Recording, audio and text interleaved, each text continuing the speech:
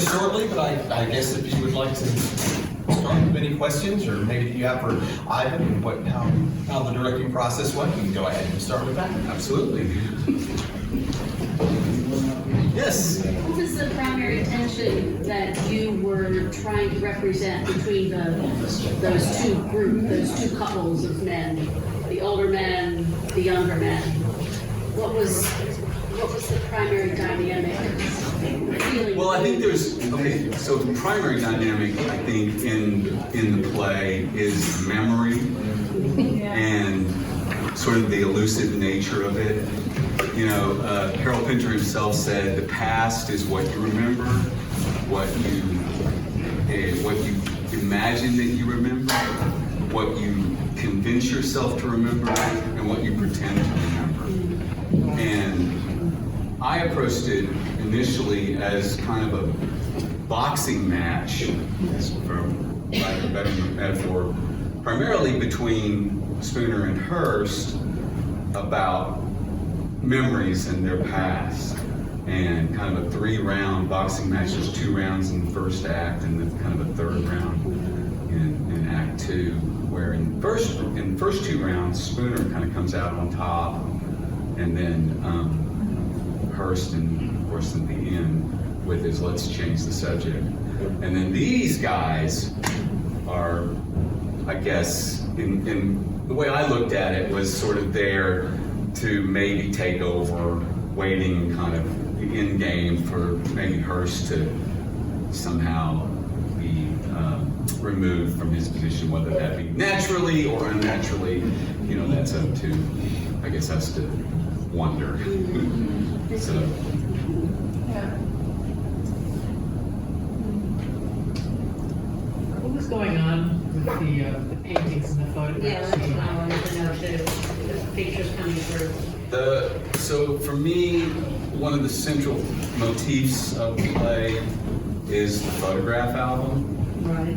And so to me that represented Hearst's, Spooner's, the past, the people that looked back, that looked out at him, the people that he constantly were talking about throughout.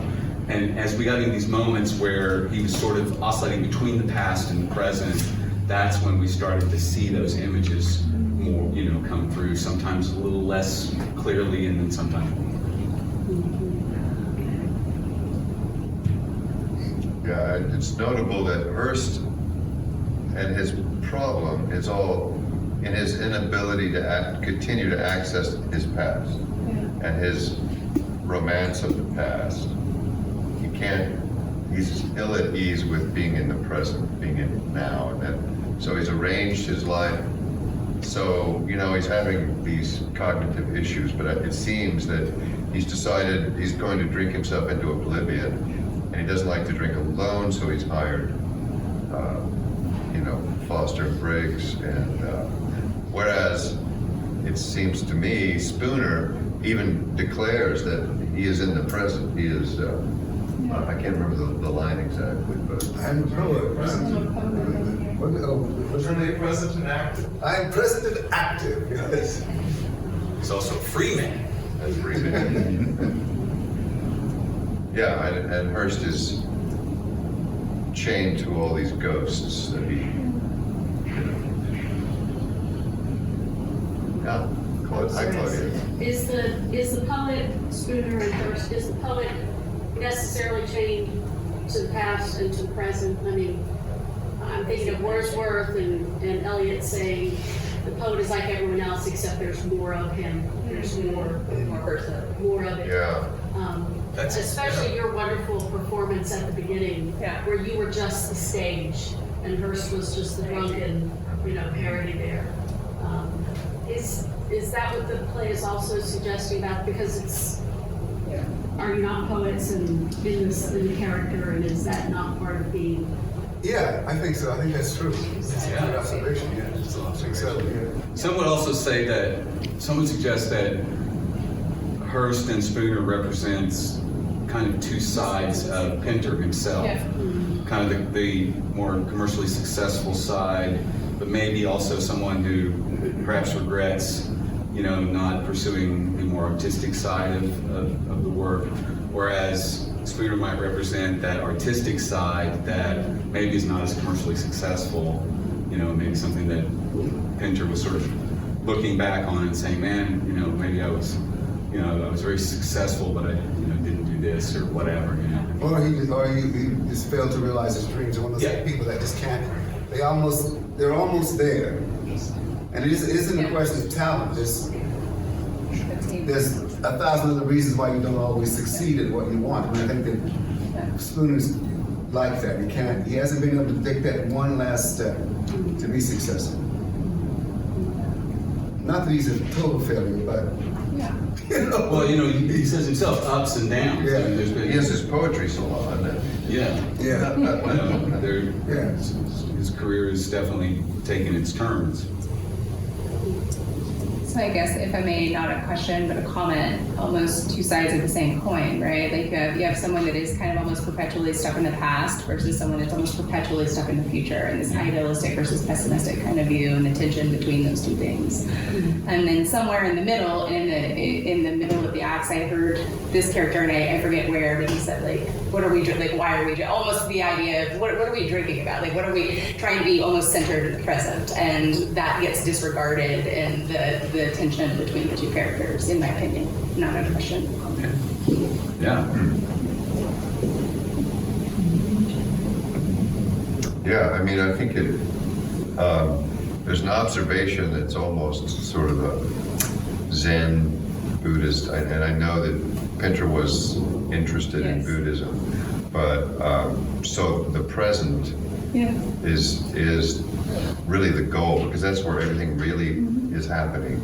But we don't view it that way. We tend to see, like, well, if I can just get to the future, this will happen. We feel ill at ease with the present. So I think that's something that's he's exploring there. We have this idealized idea about the past and the events of the past, so. Yeah. Well, in my line of work, we say to be stuck in the present to be stuck in the past is depression, and to be stuck in the future is anxiety, right? So it's like tension between depression and anxiety, and what we've missed and what Describe my life. not being centered in the present and mindful present. So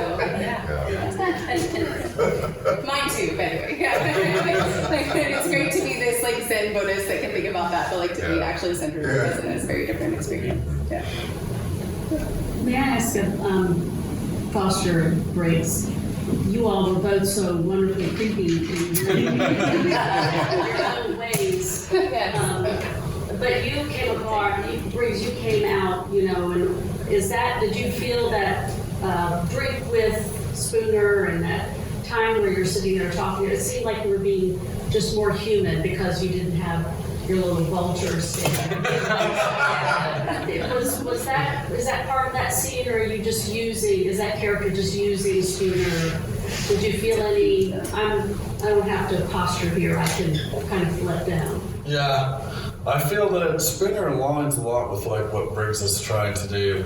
Briggs and Foster, they're like, transactional relationship based attaché hangers on. Yeah. As long as everything keeps coming through, there'll be no troubles.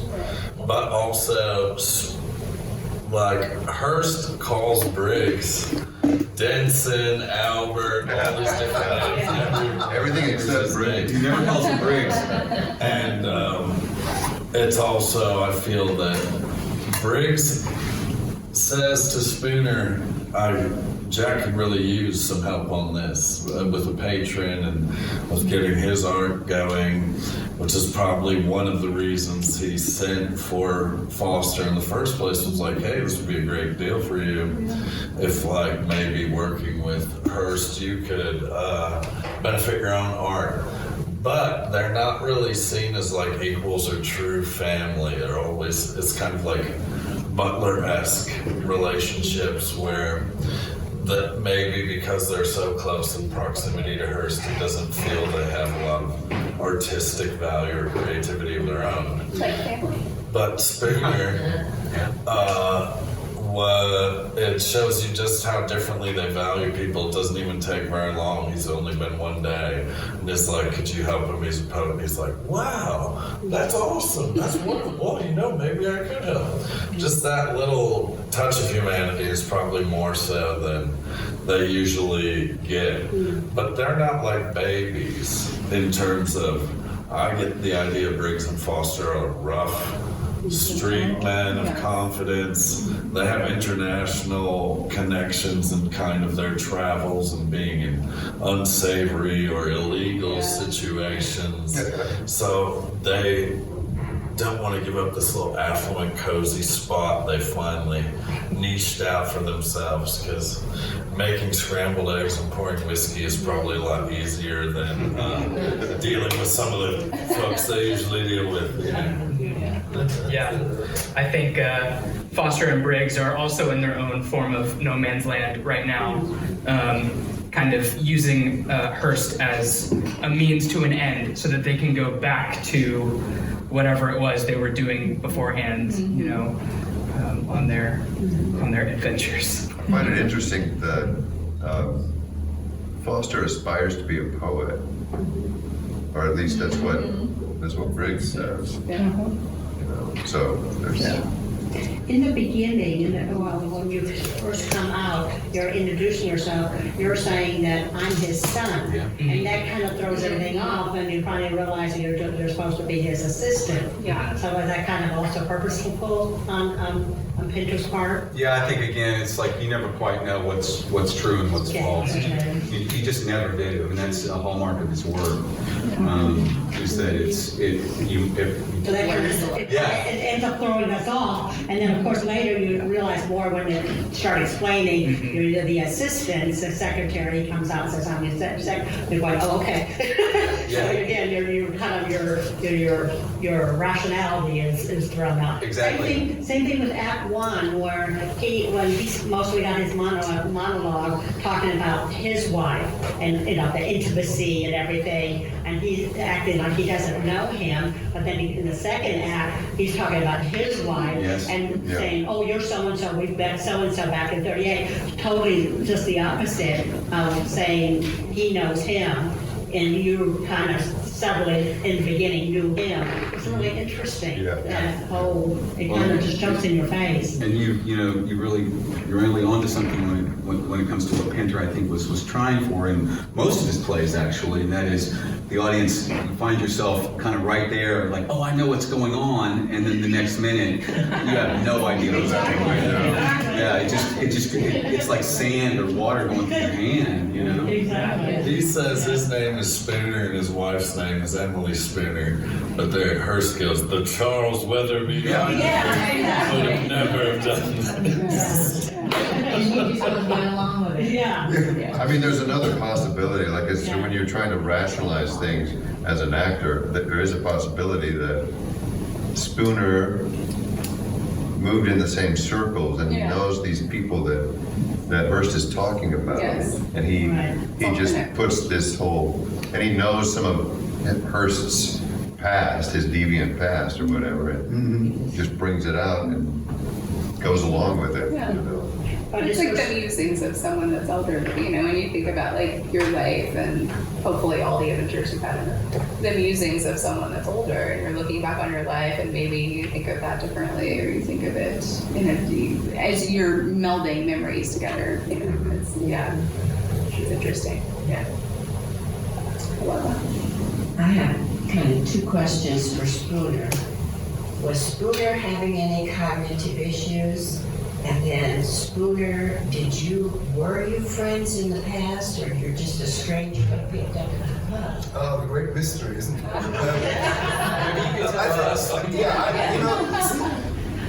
In the playing of it, especially that first chunk that we do, there's a lot of information. But I do think that they have had a past relationship. Yeah. I don't know how embedded it was, but they definitely had. There's some. I think, as Bruce said, they hung in the same circles, perhaps. They knew each other because there's so much information for him not to have. It's interesting though that he, I do believe about the Emily story. I mean, that's sort of, you know, that actually happened. But you know, this is one of those plays that I have not made definite decisions about. Do you know what I mean in terms of playing it? Because that feels dangerous to me. Some plays like, you know, if I'm playing Othello, I know exactly what he's doing. But this kind of work, these kind of people, it is what is true, what is half true, what is imaginary, what is, so it's all a, you know, kind of a hodgepodge. Does that make sense? Absolutely. So I think- does that mean you would be kind of changing, subtly changing differently every time? Oh, absolutely. Before you get to know this Yeah. character or in the book, you would kind of go, oh, maybe I need to do this Yeah. night. Well, you know, like, we just in the playing of it, we're hearing, I think we had like 4 audiences or something. I just keep finding this new stuff that I didn't think about when we were working. Like, Oh, yeah. you know, Every time. oh, that's what that line means. That's the connection. So, you know. And I think you kind of hit the nail on the head there. In the moment, Right. it might mean something different. Yeah. You know, just depending on, well, and so much of, at least from my perspective, so much of it relies on the audience's interpretation too. It's not just, you know, the playwright and the director and the actors, it's those different levels that come together in the moment. And what I've seen in performance is the actors like just masterfully adjust depending on what the audience is giving them back, and any given moment might cause a different reaction. You know, it might cause a different thought about what's happening in that particular. So there's no right or wrong, basically. Right. No. There's not some place where you're supposed to get, you know, some Yeah, I place mean, where and it's that's- cut and dry. You're This is- supposed to kind of, if you don't get it, are you wrong in not getting it? Yeah. So this is something it's just whatever your Right, perception it's not, is. 2 + 2 does not make 4. Right. In this instance. And like Beckett, Pinter is similar. They're not going to give you the answer. They're not going to sit down and tell you what it was that they had particularly in mind. You know, Pinter talks about starting with like the importance of the first line and starting with that and just going from there. You know, and what it's as it is. As it is. As it is. As it is, is. yes. Yeah. So every performance will be different for you all. Yes. Yeah. I mean, and that's true in pretty much any theatrical situation, but especially in this one, because the audience is such an important part of, you know, and all the audiences have been very different. You know, sometimes the laughter is nonstop, sometimes it's non-existent. Yeah. You know, and that really changes when that humor part of it either comes through or doesn't come through, or the audience is maybe feeling more introspective about it, or whatever reason. They've been pretty consistent with it. I was going to say, I grew up during the 70s when Pinter was writing, and so you can see a lot of that time there. But also in that time, as a female, looking on the males here, the male perspective, and with all the liquor behind, I found it very hard to laugh at the situation of somebody having dementia.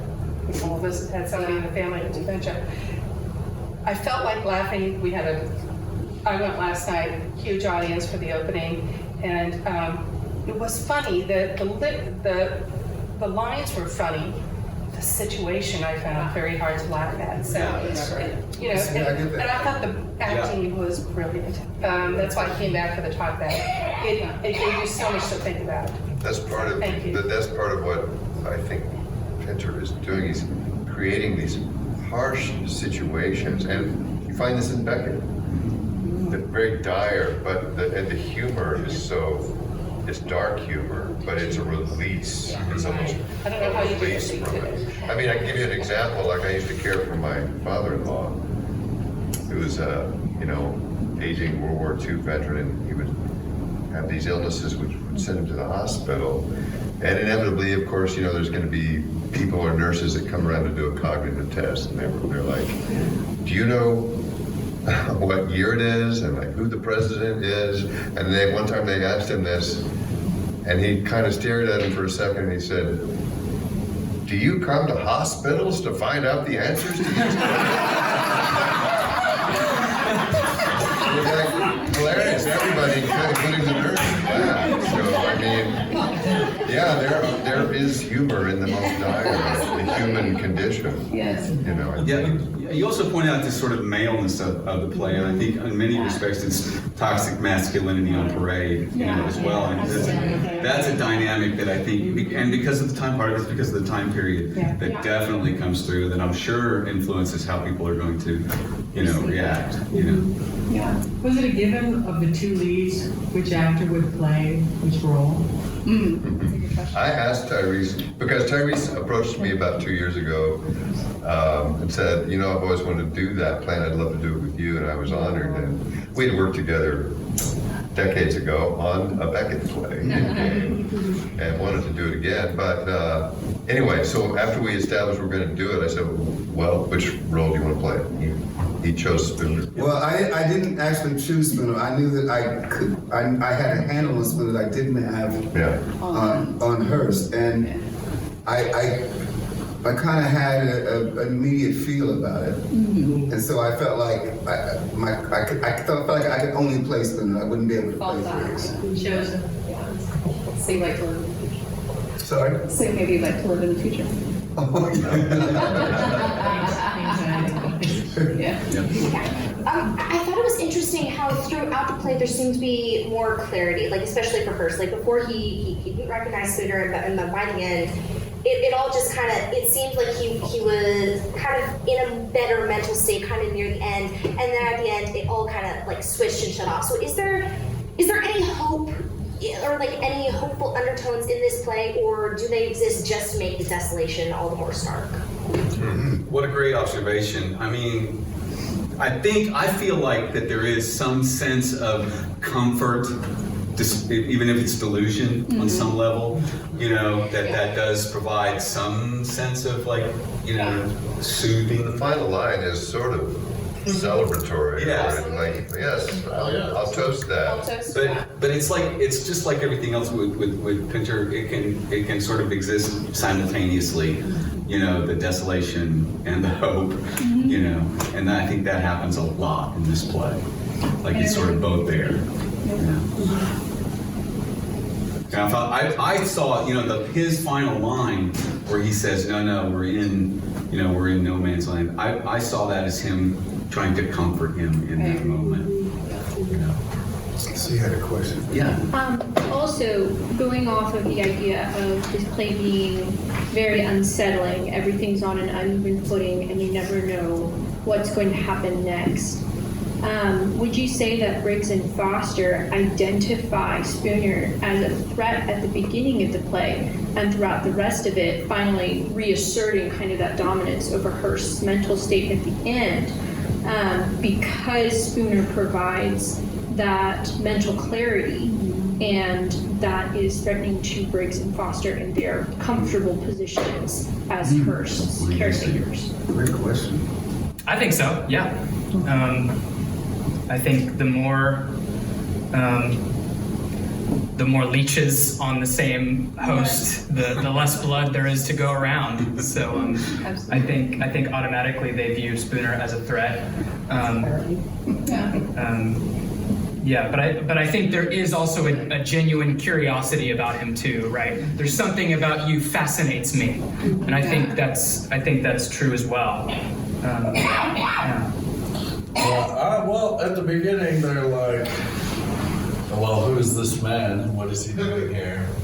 And I do feel that pressure to kind of like drive him away or put a litmus test out to see like what his true intentions or values are. But in the sense that more leeches draw the pool dry, that would only be a problem if you were like an expert in all these areas. Their job descriptions are not just take out the trash. It's like we make life possible for him, which could be a broad range of stuff. When Spooner at the end says all the things he can do, I'm like, why would you not want to keep him around? Right. This guy cannot make fucking eggs. This guy is like French cuisine or stuff without frills too. I want to keep all of this stuff. Take care of yourself. And I'm like, well, really, if I let him do all that, maybe Briggs could get a nice job in security. And answering mail. So like, there's a lot of offloading where you see, oh, this could be feeding into each other. But also, I think Spooner, it always surprises me where he's like, you're a bar back at the pub. He seems like he's so advanced in his capabilities, he could have any variety of positions that he does well. And, but him accepting that and working at a station beneath his value affirms, in my opinion, this, like, well, if he's not too high on his horse, it could fit into this peg. Because he offers a different value.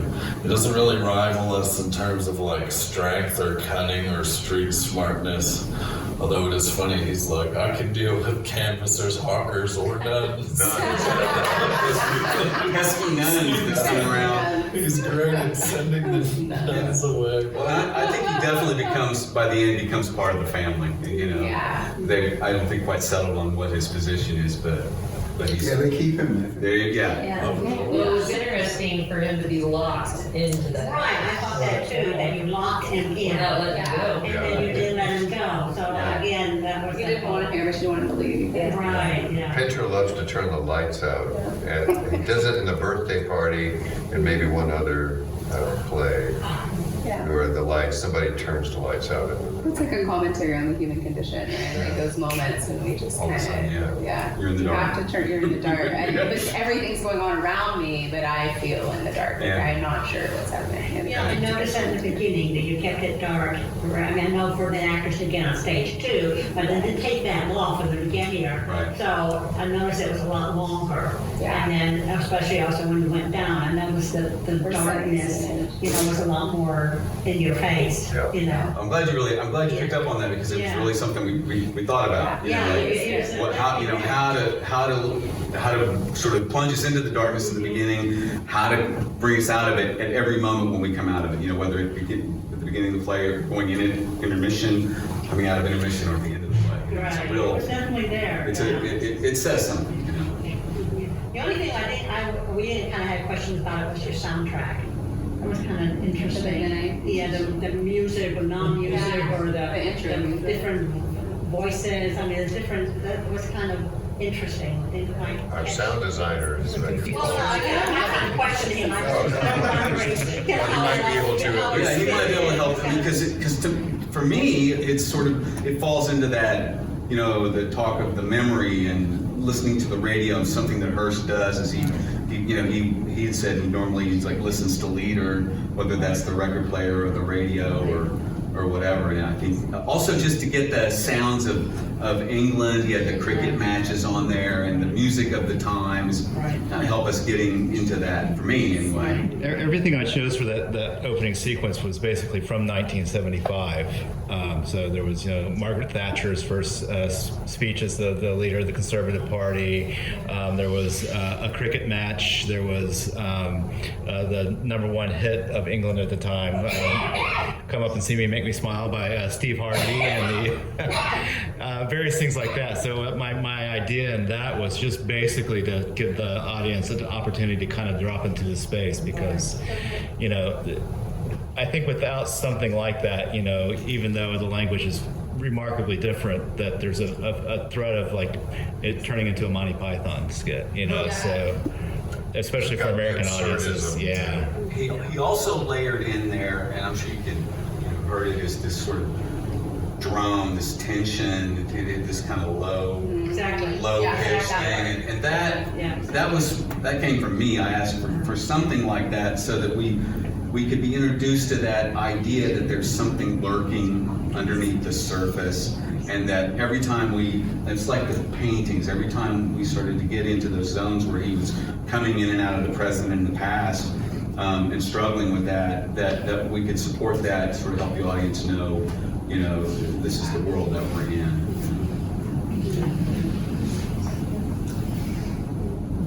Yes? How did you see the flash at the end? Like, for me, it felt a lot like it was a photograph to be put in the album to preserve at the end. Is that what you were thinking of? Yes. There'll be a little something extra for you. that was complete attention right there. Again, for me, the photograph album, photographs were very important motif in the play, and it was the family. It was the messed up family portrait. One of the things that hooks me into the play, just as an acting thing, is the photograph album. The idea of that photograph album. And when Spooner says at one point, "Hey, I can help you with names and faces," which sort of makes, yes, there is a connection with those two. Exactly. And so I think it's a very important, that's good, very important thing.